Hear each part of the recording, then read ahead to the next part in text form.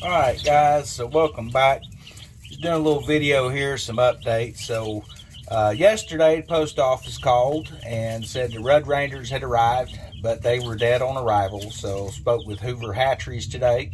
They're going to issue a refund. So we'll probably still do some meat birds, but we're going to wait for spring before we go and get any. Mainly because I don't want to see any more, chicks die in the mail. But yeah, so everyone seems to be doing pretty good. Did a little review on this here brooder right here yesterday from Hand Top. It's not a bad little thing now that I know how it works. The directions and stuff on it are pretty much useless. You need to go and look. I've posted a link in that video. You need to go and look at the reviews and stuff like that and the comments on Amazon to see the proper way to assemble that thing, because the directions that they send with it are just backward as heck. But yeah, so I just kind of want to touch base with everybody, show you what's going on. So we have our little chicks here. They're starting to get feathers and all on their wings and all that. They're looking pretty healthy. The quails seem like they're doing pretty good. Gets pretty cold out here at night, but these brooders seem to be doing pretty good.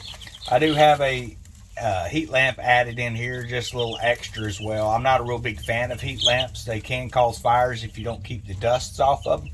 Kind of show you what you want to watch for on that. So this cover here, this thing here can get really hot. I'm just barely touching it, it's pretty hot. But that has a tendency to get dust on it when you have chicks. And that's typically where your fires start.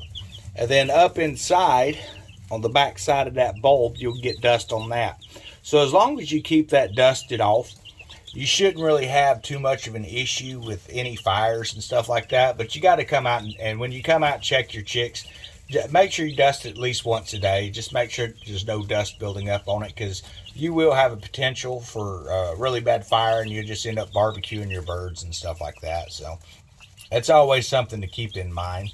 I have another style, one of these little I think it's called inductive heat or something like that. I forget now what it's called. Radiant heat. Have another one of those heaters, but it's hung up in the mail. Still has not arrived. So that's why I'm using this light. Just kind of give a little extra warmth in here for them. But once that arrives, it's supposed to be here later this week. I think Friday as of right now. So we'll probably end up putting that in here and moving this light out. Putting this a full spectrum light in here on a timer once they hit about 2 weeks. So I was looking at when these birds hatched, and it was a week ago today. So they are 1 week old today. As you can see, we got quite a bit of growth on these guys in just a week. Let's see if I can get him in shot here. They're kind of shy. But you can see they're starting to get their wing feathers in. I'm not seeing any tail feathers yet, just mainly the wing feathers. So that's something that's going to be interesting to watch these guys brood out, get a little bigger and all. And I am using a game bird feed for game bird chicks, so it's a little bit higher protein. I'm doing that for like the first couple weeks, and I'll probably move them to a game bird grower. And the reason for that is the game bird chick feed is like a 30% protein, and I don't want to use that too long because I don't really need that much protein. The grower is more of a 28%, which is a little bit more in line with the chick feed. So it'll just save money and things like that as well. But everyone seems like they're doing pretty good. We got a couple of chicks in here, if I can find him. I believe he's in the brood, under that brooder. But I'm going to try to do one or two of these chicks and just kind of show progress reports and stuff. There's one of them I've got picked out. I'm not sure what he is, honestly. I think he might be one of those, I think they're called a Brahma chicken, or a Brahma something like that. But he's got feathers all the way down his legs. So I thought he'd be kind of a cool one to put up. I'm kind of hoping that's what it is. They just send you a mix. You're not really sure what's in there. But just from what I've been reading online, I'm assuming that's what he is. He's a little brown guy. There's a couple of them in here that maybe have that. So these chicks are not real happy with me right now. The main reason why is they come out, there was a couple of them, had to get them up, wipe their butts off, and things like that. I'm not really seeing a lot of pasty butt in the rest of them. There's just a couple of them. I mean, they were pretty bad when they came in, got them cleaned up, and it's nowhere near as bad now. So it's about every other day I'll check, their butts on a couple of these chicks here. There he is right there, that little fuzzy one right here. Let's see if we can get close enough. Well, where'd he go? Yeah, if you look at his legs there, the one closest to the camera, he's got feathers all the way down. Where'd you go, buddy? All the way down that leg. And of course, the big yellow one had to get in the way. But anyway, you might could have seen that on there. But I believe that's a Brahma chick. I'm not 100% certain. He's awfully small to be a Brahma, so I don't really know. Maybe it's something you people out there who know more about these chickens and chicks and stuff can tell me. I don't know. But he's a pretty cool little guy. And then there's another one in here. Same color and all. So, but let's see if we can get his leg here a little better. There we go. Maybe you can see that better. But he'll be one of our featured chicks. And then there's a black one in here. If we can find him. I think that's him back. Where'd you go, buddy? Right straight there with the white face. Not the one looking at the camera. He keeps looking away. But that's going to be one of our other featured chicks. We'll just kind of wait and see how this works out. But I figure it'd be kind of cool, at least with a couple of them. You know, we'll determine whether or not these are roosters and hens here pretty soon. I'm not really seeing. I tried to check their wings. And I couldn't really tell any difference in the wing, the way the feathers were growing from day one to now. I just really couldn't. So I don't know what that's about. Some people say you can. Other people say it's not very accurate. I guess this little guy wants to get in the camera. There he is. So I added some new pine shavings in here today. And typically what you got to do is as they poop, and they start to get this thing kind of stinky, you just add a little bit more shavings to the top of it, is what I've been reading online. There's a blog that I'm following. It's called Stony Ridge Farmer, and he's got a wealth of information, so I would definitely recommend going and checking out his videos and stuff. I'll take these glasses off. That light on this thing just shining right in my eyes and glaring, but he's got a lot of information on chicks and different things you can do with them, how to build you some different runs and tractor runs and things like that. But, or chicken tractors, I guess they're called. But yeah, there's just a wealth of information out there. And I believe they're located somewhere in the Rocky Mountain area. So that's kind of why I really like looking at what's going on with his farm and all that. And I mean, he's got like a massive farm. This guy is definitely a farmer. But yeah, he's just got a wealth of knowledge, wealth of information out there when it comes to, you know, not just ordering your chicks, but make sure you're prepared before you order and things like that. So kind of tell you some of the stuff I'm trying to show you as well, you know, the difference between the brood heaters and the heat lamps and the best way to go. And if you're in an area where you don't have a real big spot, you know, with some ventilation, you don't want to use a lot of these heat lamps because you can end up causing fires and stuff. But I hope everyone's enjoying this segment with the chickens and stuff. As they get bigger, you know, we're not going to be focusing too much on chickens. It is kind of cold out right now. I've done a lot of videos with the quail, so if that's something you're interested in, I have all of my videos set up in categories. So they're actually subcategoried and then actually in their own folders as well. So there's going to be one that's talking about like homesteading, and it's going to have everything from your quail to the chicks that we're doing now. Honeybees, and then there's some gardening segments and stuff like that as well. But when you click into that, you're also going to see subfolders, and it's going to be broken down between chicken, quail, bees, gardening, and stuff. So trying to make that easier so you can find the information you need without having to scroll through all of the videos. Sounds like the neighbors make a lot of noise, and that's another thing too. So if you're going to do chicks and stuff, so I have one dog, English Bulldog. The only time he's outside is when he's on a leash. He doesn't run around the yard. If I take him off the leash, he stays right by me. He's never out roaming the yard and stuff like that. Being an English Bulldog, he's not real keen on being out in the heat and stuff that we have here in Florida. He's usually in the AC, chilling out, sleeping. Now, the neighbors have a dog, fairly new, within the last few months. This dog is always in the yard. It's always trying to mess with the quail and stuff. So that's really something I'm going to have to watch out for with these chickens, especially when I go to free range them.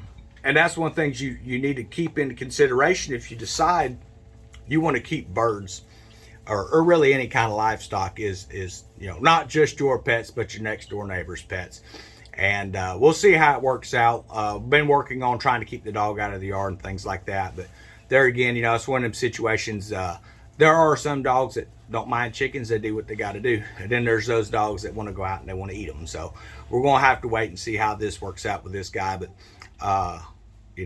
if there is any issues, there's ways to take care of that through the legal spectrum and stuff like that. I don't want to see any animals injured or hurt or anything like that. Not just my own, but other people's as well. So that's going to be something we're really going to have to watch out for, though. The coyotes and stuff, I haven't noticed any coyotes in this yard, but I have heard them, and you can tell they're pretty ways off.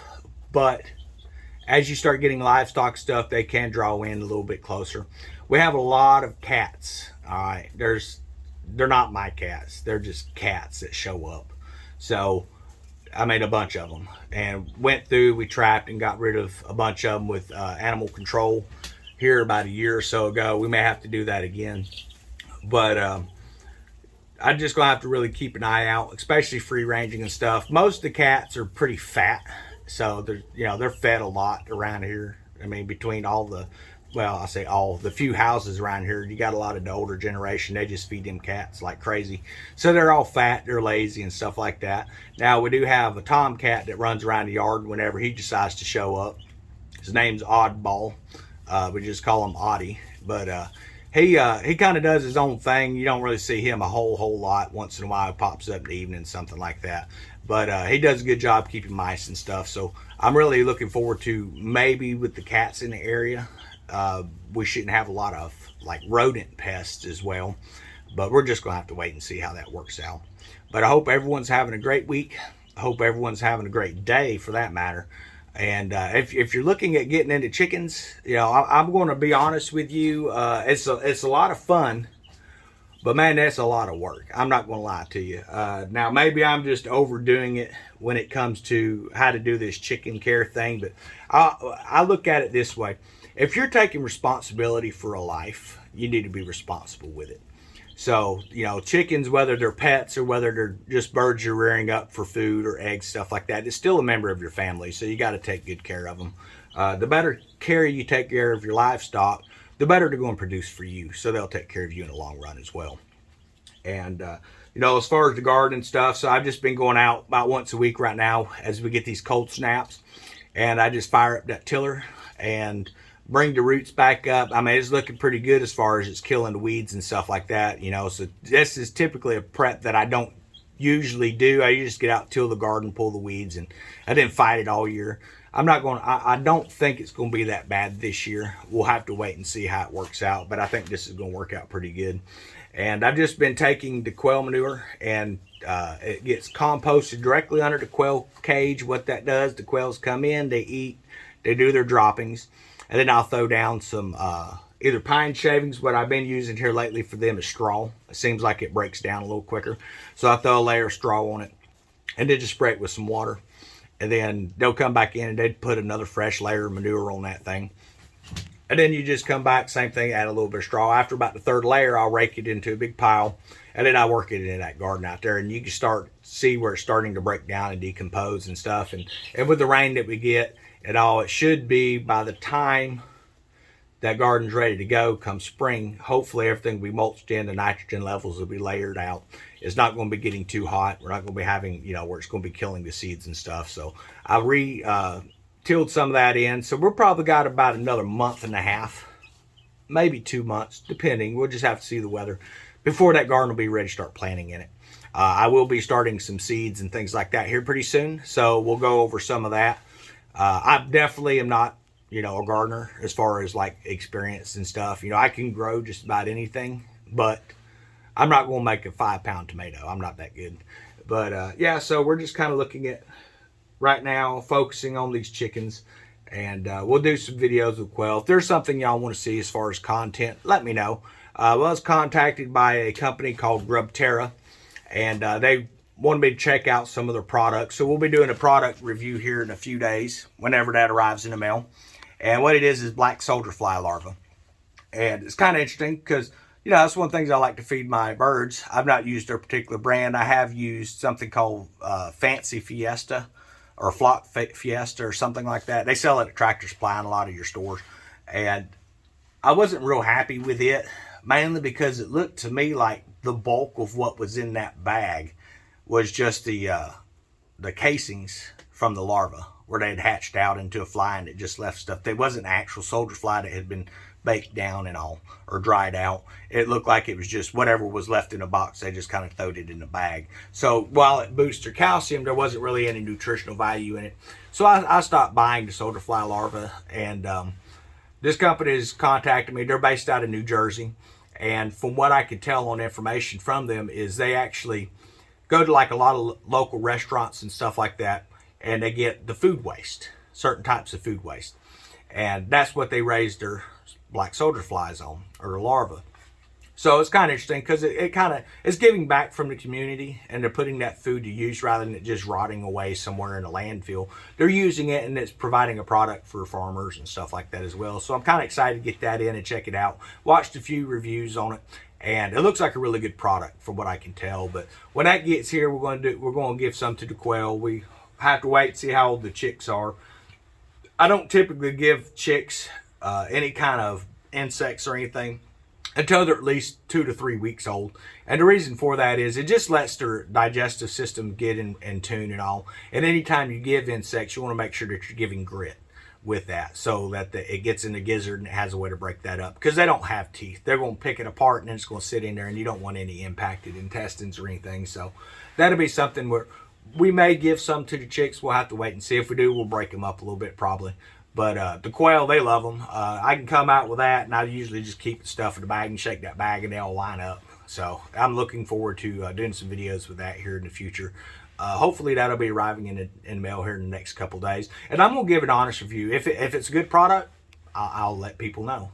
If it's like that Fly Fiesta stuff or whatever, the Flock Fiesta that you buy at Tractor Supply, and it's mostly just the, I don't even know what you call it, like the sheddings of it, where they've matured from some kind of a larva into their fly, and there's nothing in it. I'm going to make sure people know. I don't promote products that I wouldn't stand behind.